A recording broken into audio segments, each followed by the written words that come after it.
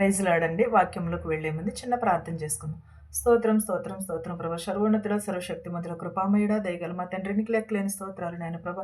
వినుచున్న వారికి, చూచుచున్న వారికి ప్రతి ఒక్కరికి రక్షణ భాగ్యము దయచే ప్రభా! మారు మనసు దయచే ప్రభా! సంవత్సరములు గతించుచున్నవి గాని ప్రభా! మా హృదయములు మారట్లేదు ప్రభా! మా హృదయములు మారే మనసు దయచే ప్రభా! విరిగి నలిగిన హృదయమును దయచే ప్రభా! ప్రభా వినటం వలన ప్రతి ఒక్కరికి విశ్వాసము కలుగుటకు సహాయం చేయమని అడుగుచున్నాను ప్రభా! మారు మనసు పొందే ధన్యతను దయచే ప్రభా! నాయన ప్రభా మా హృదయంలో మారే ధన్యతను దయచేయమని నా ప్రార్థనను అంగీకరించమని యేసునామములో బ్రతిమాలి వేడుకొనిచున్నాను తండ్రి. ఆమేన్. యెహోషువ 1వ అధ్యాయము 6-9 వచనాలు ఇలాగ వ్రాయబడి ఉన్నవి. నిన్ను విడువను, నిన్ను ఎడబాయను, నిబ్బరము కలిగి ధైర్యముగా నుండుము. వారికిచ్చెదనని నేను వారి పితరులతో ప్రమాణము చేసిన ఈ దేశము నిశ్చయముగా నీవు ఈ ప్రజల స్వాధీనము చేసేదవు. దేవుడు ఏమంటున్నాడండి ఇక్కడ? నిన్ను విడువను, ఎడబాయను, నిర్భరము కలిగి ధైర్యముగా ఉండుము అని అంటున్నాడు. మనము ఎంతో శోధనలు వస్తాయి మన కుటుంబంలో కానీ, మన ఇంట్లో కానీ, మన హృదయంలో కానీ ఎంతో కొంత కలవరపడుతూ ఉంటాం, ఎంతో కొంత శోధన. కానీ ఇవన్నీ కూడా విడిచిపెట్టి మనమే దేవుని మీద భారం వేసి దేవుని యందు మనం ఎదరికి వెళ్ళాలి. ప్రతి ఒక్కరికి ఇంట్లో ఈ రోజుల్లో చూస్తే ప్రతి ఒక్కరి ఇంట్లో ఏదో ఒక సమస్య, ఏదో ఒక బాధ, ఏదో ఒకటి లోటుపాటులు, లేకపోతే ఎవరో ఒకరు నేర్చుగా ఉండడం, ఎవరో ఒకరికి ఏదో ఒకటి జరగడం. ప్రతి కుటుంబంలోనూ కూడా కాదంటే పైకి ఏంటంటే నవ్వుతూ బ్రతికేస్తున్నారు, నవ్వుతూ జీవించేస్తున్నారు. కానీ ప్రతి ఒక్కరి ఇంట్లోని కూడా ఏదో ఒక మనశ్శాంతి లేని జీవితం. కానీ దేవుడు ఏమంటున్నాడు? నిన్ను విడువను, ఎడబాయను అని అంటున్నాడు. నిబ్బరము కలిగి ధైర్యంగా ఉండు, వారికి ఇచ్చేదని అంటున్నారు. నేను వారి పితరులతో ప్రమాణం చేసిన రీతిగానే నిన్ను కూడా నిశ్చయముగా ఈ ప్రజలను స్వాధీనము చేసేదని అంటున్నాడు. నిశ్చయముగా దేవుడు మన పితరులను, మనలను కూడా దేవుడు ఆశీర్వదిస్తానని అంటున్నాడు. మనం ఆశీర్వాదములు పొందుకునే స్థితిలో ఉంటున్నావా? మనం ఆశీర్వాదములు కావాలనుకుంటున్నామే కానీ దేవునికి లోబడి బతుకుతాం. మనకు శ్రమ వచ్చేసరికి ఏం చేస్తున్నాం? ప్రార్థన విడిచిపెట్టేస్తున్నాం. మన ఇంట్లో శోధన వచ్చేసరికి ఏం చేస్తున్నాం? మనం ప్రార్థన కానీ ప్రార్థన విడిచిపెట్టకూడదు. మనకు శోధన వచ్చినప్పుడే మనం ప్రార్థన గట్టిగా చేయాలి. ప్రార్థననే మనము పోలి ఉండాలి. వాక్యం అందే మనము అనుసరించి నడుచుకోవాలి. అయితే నీవు నిబ్బరము కలిగి జాగ్రత్త పడి బహుధైర్యంగా నుండి నా సేవకుడైన మోషే నీకు ఆజ్ఞాపించిన ధర్మశాస్త్రం అంతటి చొప్పున చేయవలనని నీవు నడుచు ప్రతి మార్గమును చక్కగా వర్ధిల్లుచుండినట్లు నీవు దాని నుండి కుడి గాని ఎడమకు గాని త్రొట్టిల్లకూడదు. ఎలాగూ అయితే నీవు నిబ్బరము కలిగి జాగ్రత్త పడి బహుధైర్యముగా ఉండమనను. మనకు శోధన వచ్చినప్పుడు బహుధైర్యం కలిగి ఉండి మోషే ధర్మశాస్త్రము ప్రకారము నువ్వు చొప్పున నడవవలెను. నీవు నడవవలసిన ప్రతి త్రోవ కూడా నీతి కలిగి ఉండాలి, న్యాయమును కలిగి ఉండాలి, పాపమునకు దూరముగా ఉండాలి, మన ప్రవర్తన జాగ్రత్తగా ఉండాలి. మన ఆశీర్వాదములు కావాలనుకున్నప్పుడు మన ప్రవర్తన జాగ్రత్తగా ఉండాలి, మన చూపు జాగ్రత్తగా ఉండాలి, మన మాట తీరువు చాలా జాగ్రత్తగా ఉండాలి. మనం ఎంత జాగ్రత్తగా ఉన్నా కూడా సాతాను శోధిస్తూనే ఉంటుంది. సాతాను ఎప్పుడు కూడా మన వెంటే ఉంటుంది. వెంటే ఉండి పాపము చెయ్యి, లేకపోతే ఇలా మాట్లాడు, అలా మాట్లాడు అని అంటది. కానీ మనం ఎప్పుడు కూడా దానిని కాదు, దేవుని వాక్యమునకు మోషే ధర్మశాస్త్రము చొప్పున నడుచుకోమని అంటున్నాడు. ఆజ్ఞలు ఇచ్చిన ధర్మశాస్త్రం అంతటి చొప్పున చేయవలెను. నీవు నడుచు మార్గమున చక్కగా ప్రవర్తించినట్లు నీవు దాని నుండి కుడికి గాను ఎడమకు గాను తొలగిపోకూడదు. అంటే దేవుడిచ్చిన ధర్మశాస్త్రమును బట్టి, మోషే ధర్మశాస్త్రమును బట్టి మనం ఎడమకు గాని కుడుకు గాని త్రొట్టిల్లో పోకుండా దేవుని వాక్యమునకే లోబడి ఉండమని, దేవుని వాక్యంలోనే స్థిరము కలిగి ఉండమంటున్నాడు. వాక్యము మనకి ఎలా నడవాలో నేర్పిస్తుంది. ప్రార్థన మనం ఎలా జీవించాలో తెలుస్తుంది. మన హృదయంలో ఏమి కావాలి? వాక్యం ఉండాలి. మన ఇంట్లో ప్రార్థన ఉండాలి. ప్రార్థన జీవితమును ఎప్పుడు మన పెదవుల మీద ఎప్పుడు ఇక్కడ స్థుతి ఉండాలి. కానీ పెదవుల మీద నుంచి వచ్చేది కాదు, హృదయంలో నుంచి వచ్చే స్థుతి ఉండాలి.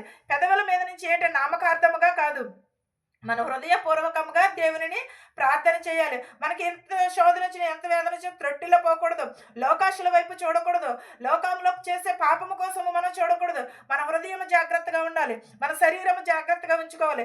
ప్రతి ఒక్కటిని కూడా జాగ్రత్త కలిగి మనం నడుచుకోవాలి. కుడికి వచ్చినా సరే, ఎడమకు వచ్చినా సరే మనం త్రొట్టిలో పోకుండా దేవుని వాక్యమునకు మాత్రమే లోబడి ఉండాలి. ఈ ధర్మశాస్త్ర గ్రంథమును నీవు బోధింపక తప్పిపోకూడదు. దానిలో వ్రాయబడిన వాటన్నిటి వాటన్నిటి ప్రకారము చేయుటకు నీవు జాగ్రత్త పడినట్లు దివారాత్రము దానిని ధ్యానించిన ఎడల నీ మార్గము వర్ధిల్లింప చేసుకుని చక్కగా ప్రవర్తించేదవు. ఎప్పుడు ఈ ధర్మశాస్త్ర గ్రంథము చొప్పున నీవు బోధింపక తప్పిపోకూడదు. అంటే బోధించినట్టు నువ్వు తప్పిపోకూడదు. దానిని వ్రాయబడిన వాటన్నిటి ప్రకారము చేయుటకు నీవు జాగ్రత్త పడి దివారాత్రములు కూడా దాన్ని ధ్యానించేవాడు ధన్యుడని చెప్పి ఉన్నాడు. ఎప్పుడు దివారాత్రములు కూడా వాక్యమును ధ్యానించేవాడు ధన్యుడు అన్నాడు. వాక్యమును అనుసరించి నడుచుకోమంటున్నాడు. మనం ఎప్పుడు కూడా జాగ్రత్త కలిగే ఉండమన్నాడు. దివారాత్రములు దాన్ని ధ్యానించేవాడు నీ మార్గమును వర్ధిల్లింపజేసి చక్కగా వర్ధిల్లును అని అన్నాడు. అంటే వర్ధిల్లింప చేసుకుని చక్కగా ప్రవర్తించేదవు.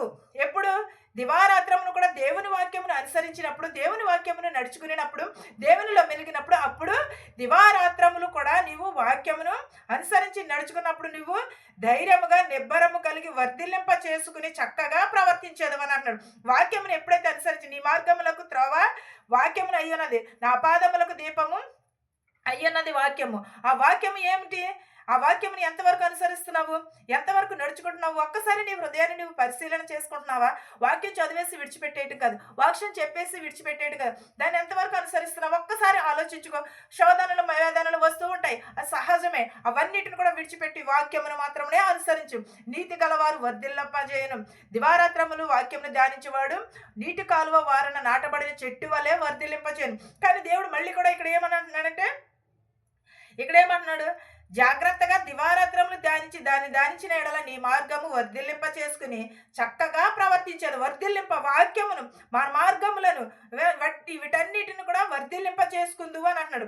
నేను నీకు ఆజ్ఞ ఇచ్చి ఉన్నాను కదా, నిబ్బరము కలిగి ధైర్యంగా నుండుము, దిగులు పడకము, జడియకము.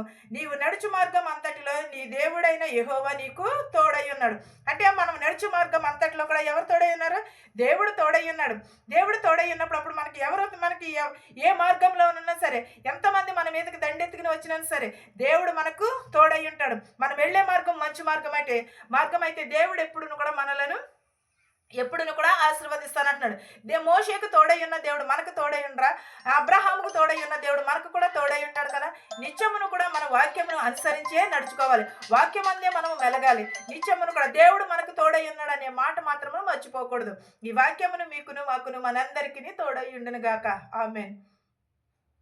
స్తోత్రం స్తోత్రం స్తోత్రం స్తోత్రం ప్రభు. సర్వోన్నతుడ, శక్తి మంతుడ, కృపామయుడా, నీకు స్తోత్రాలు, నీకు వందనాలు నాయన. గడిచిన కాలమంతా మమ్మల్ని కాచి కాపాడి సజీవరెక్కలలో ఉంచినందుకు నీకు స్తోత్రాలు నాయన. ఇంటి ద్వారా విశ్వాసం కలుగుటకు సహాయం చే ప్రభా.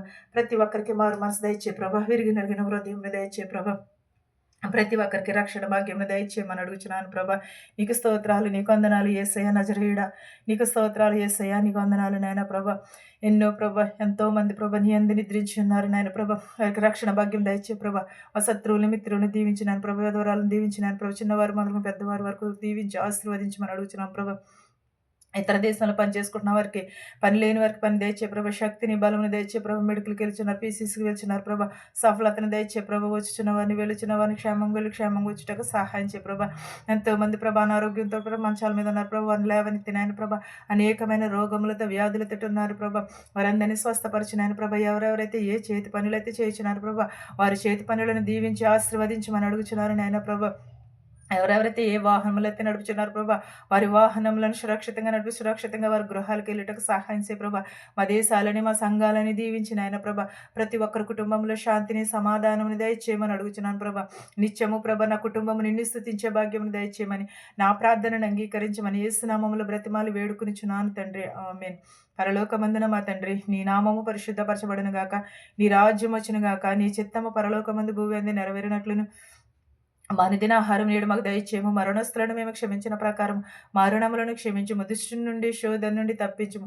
రాజ్యమును, శక్తియు, మహిమయు నిరంతరము నీవై ఉన్నావు మా తండ్రి. ఆమెన్. ఆమెన్. చూచుచున్న వారికి, వినుచున్న వారికి సదాకాలము నీ కృప తోడై ఉండును గాక. ఆమెన్. అందరికీ వందనాలు.